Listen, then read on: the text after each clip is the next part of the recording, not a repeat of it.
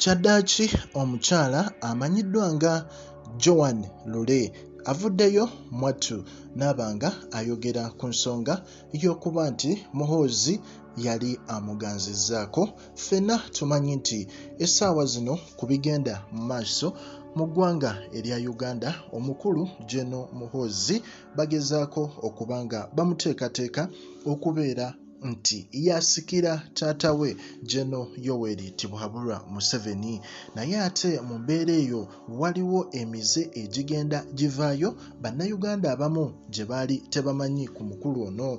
Era twalaba ensonga emu Kakwenza gye yavaayo n'anookolayo, ensonga ey'okuba nti yali amubuuza ekibuuzo nti ku sayizi ya Muhoozi gy'aliko ddi lwe yali agenze mu training y'amagye, omukulu Kakwenza nga yamubuuza ate n'amulaga nti bingi bye yamwogerako ku nsonga eyo, ekyaleetera ne Kakwenza ono okuba nti asibwa, era mu kumusiba ne bamutulugunya bubi nnyo kutuusa bamuggyako n'ennyama ku mubiri gwe.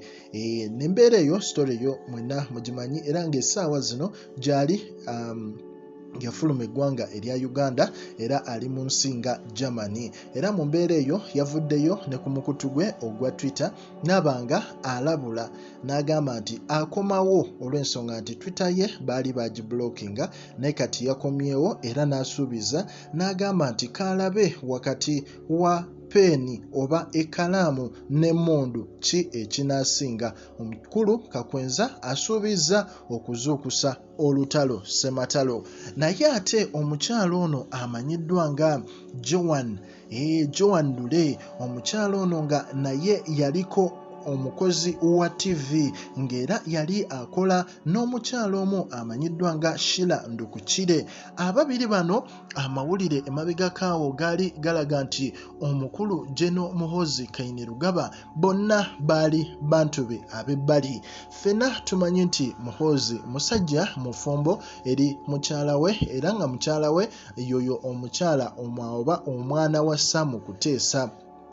Era mu mbeera eyo n'emabega kaawo bingi bibadde bisaculatinga nti omukulu Muhoozi yazaala omwana wa Juliana Kanyomozi okusinziira ku bwino azaatambula, era Sam Kuteesa era naye yavaayoko emabega kaawo n'alabula Juliana nti nakugamba ofulume eggwanga osigaleyo mu Amerika okole emirimu gyo oleme kutaataaganya mukwano oba maka ga muwala wange omukyalo oyo. So mu mbeera eyo Muhoozi bingi ebize bimwetooloolerako mu nsonga za relationship, engeri gikiri nti public figure. Era mu mbeera eyo n'omukyalo ono Joan Lule avuddeyo n'abanga ayogera ensonga ezo, n'agamba nti ebintu bino byasaculatinga ku social media ne bisaculatinga buli wamu nga we yali omuntu wa Muhoozi. N'agamba nti naye nze I've never interacted with Muhoozi,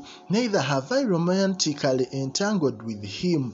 Ebintu nga bino omukyala n'agamba nti ye mufumbo era ebyo tabimanyi. Naye ate ffenna tumanyi nti waliwo essaawa zino threat oba fear mu ggwanga erya Uganda. Kasita oyogera ku nsonga za first family, muganda wange olina okuba nga weesibye bbiri kubanga bayinza okukima. Era n'omukyala ono kye yakoze n'alabira ddala nga watandika okwogera ebitakwatagana bayinza okumukima. Ye kwe kusalawo ensonga eno n'agiggala bw'atyo, titasinkanangako Muhoozi ate tainteractingangako naye, ate tebeemanyi mu mbeera eyo. So n'agezaako okuba nga akibikka era n'agamba nti ye mukyala mufumbo. Naye nga ffe tuba tukuwa updates nga zino ezigenda maaso mu ggwanga lyattu erya Uganda, era nga nkugamba nti likinga, commentinga, mwattu era osubscribinge nga ofuna buli ggulire erigenda maaso mu ggwanga erya Uganda.